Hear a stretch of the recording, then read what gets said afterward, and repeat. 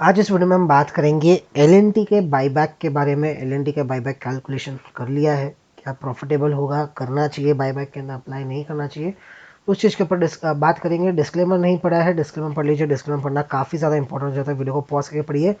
जो भी चीज़ इस वीडियो में कहूँगा कोई भी बाय सेल रिकमेंडेशन नहीं है, अप्लाई करना नहीं करना सब आपका सोल डिसीजन होना चाहिए। आपके एडवाइजर को पूछ के आप डिसीजन लीजिएगा। एंड वीडियो इन्फॉर्मेटिव लगे तो लाइक जरूर कीजिएगा। चैनल को अभी तक सब्सक्राइब नहीं किया, सब्सक्राइब कर सकते हैं। शेयर नहीं किया इस वीडियो को, शेयर भी कर सकते हैं।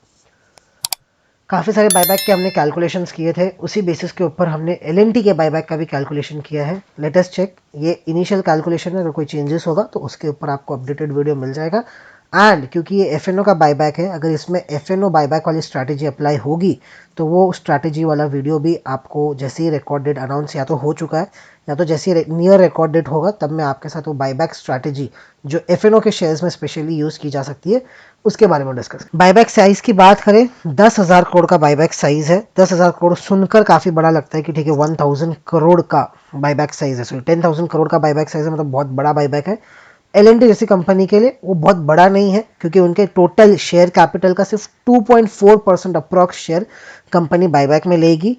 138 करोड़ एल के शेयर्स है, जिसमें से कंपनी सिर्फ 3,33,00,000 3,333 शेयर्स वापस लेगी, जो कि 2.4% अप्रॉक्स निकल के आता है। बायबैक प्राइस की बात करें, 3,000 रुपये का बायबैक प्राइस रखा गया है कंपनी ने पर शेयर। करंट मार्केट प्राइस 2600-2560 के आसपास कुछ ट्रेड कर रहा है। छोटे शेयर होल्डर्स वाली कैटेगरी में आ जाते हैं, बड़े वाले में तो हमारा काम नहीं। जिनके पास 2 लाख से ऊपर के शेयर एल के पड़े वो बड़े वाले पे ध्यान दें। जिनके पास 2 लाख से कम के पड़े या जो स्पेशल खरीद कर एक आर्बिट्राज यूज़ करना चाहते हैं उनके लिए अगर मैं बात करूँ, 15% रिजर्व कैटेगरी के हिसाब से 1,550 करोड़ कुछ बचेंगे, जिनका अगर मैं डिवाइड करूँ 3,000 से तो कुछ 50 लाख शेयर्स कंपनी वापस ले सकती है। अब 50 लाख शेयर्स तो ले सकती है, लेकिन कितने शेयर होल्डर है? टोटल 13,000 शेयर होल्डर्स है कंपनी के पास, सॉरी 13 लाख शेयर होल्डर्स है, 13,56,000 शेयर होल्डर्स है। एंड उनके पास 25 करोड़ 70 लाख शेयर्स पड़े कंपनी के।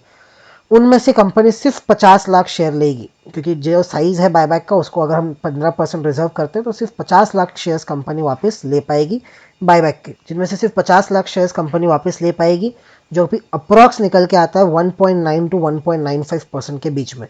यानी कि हर एक शेयर होल्डर अपने हर एक शेयर को टेंडर कर देता है। जिनके पास भी 2 लाख रुपए से कम के शेयर पड़े, अगर टेंडर कर देता है तो 2% शेयर कंपनी वापस ले पाएगी। यानी 66 शेयर्स, जो अगर आप 3,000 divide by 2 lakh divide by 3,000 करोगे तो 66 शेयर्स आपके अप्रॉक्स निकल के आएंगे, जो आपके पास होने चाहिए स्मॉल शेयर होल्डर कैटेगरी के लिए।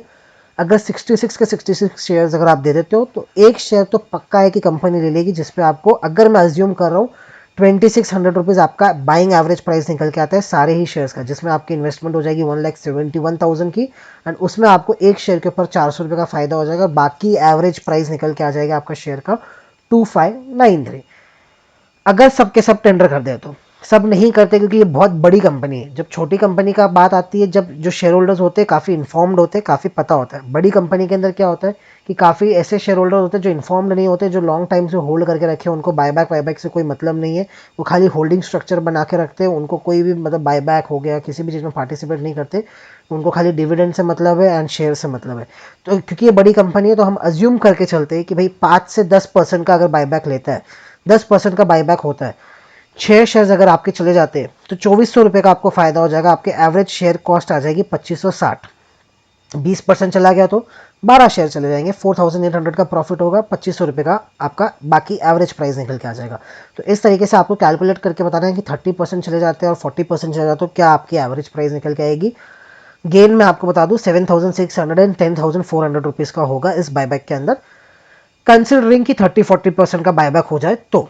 क्या मैं एक्सपेक्ट कर रहा हूँ इसके अंदर? मैं एक्सपेक्ट कर रहा हूँ कि इसका जो बायबैक होना चाहिए अप्रॉक्स 2% से लेके 8% के बीच में होना चाहिए, क्योंकि इसका कोई प्रीवियस डेटा नहीं है मेरे पास कि भाई प्रीवियसली कितना बायबैक पे शेयर टेंडर हुए, कितने शेयर कंपनी ने एक्सेप्ट कर लिए, कितना का रेशियो निकल के आया।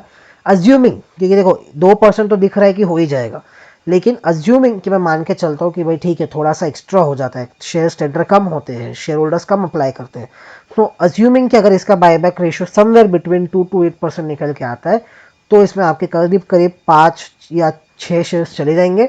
2,400 रुपये का गेन होगा, 2,560 आपकी एवरेज प्राइस आएगी। क्या इसमें करना चाहिए? मेरा वर्डिक्ट होगा simply as of now looking at the price, price को देखते हुए बायबैक अच्छा है, साइज अच्छा है, लेकिन लुकिंग एट दी प्राइस मुझे नहीं लगता कि अभी करंटली फ्रेश खरीद कर टेंडर करना चाहिए मार्केट के अंदर। फ्रेश खरीद कर आपको बायबैक के आर्बिट्राज अपॉर्चुनिटी यूज करनी चाहिए। अगर आपको ये शेयर, ध्यान से दीजिए, सुनिएगा, रिकॉर्ड डेट के पहले, बायबैक के रिकॉर्ड डेट के पहले अगर आपको ये शेयर अराउंड 2350 से लेके 2400 के आसपास मिले, वो एक अच्छा प्राइस हो सकता है बायबैक के अंदर अप्लाई करने के लिए, या उससे भी नीचे मिले तो और भी अच्छा प्राइस होगा। उसके पहले 2400 के आसपास, 2500 के आसपास बायबैक में खरीद के अप्लाई करना मुझे फीजिबल नहीं लग रहा एलएनटी जैसी कंपनी के अंदर। हालांकि डाउनवर्ड रिस्क कम रहती है ऐसी कंपनी के अंदर, ऐसा नहीं कि काउंटर 10-15-20% गिर जाएगा आपके बायबैक खरीदते से, तो लेकिन हाँ फिर भी अगर ये 2400 से 2350 की रेंज में मिले तो बेहतरीन एक अच्छा बायबैक के अंदर आपको एक अच्छा गेन होने का चांसेस रहेगा बायबैक के अंदर।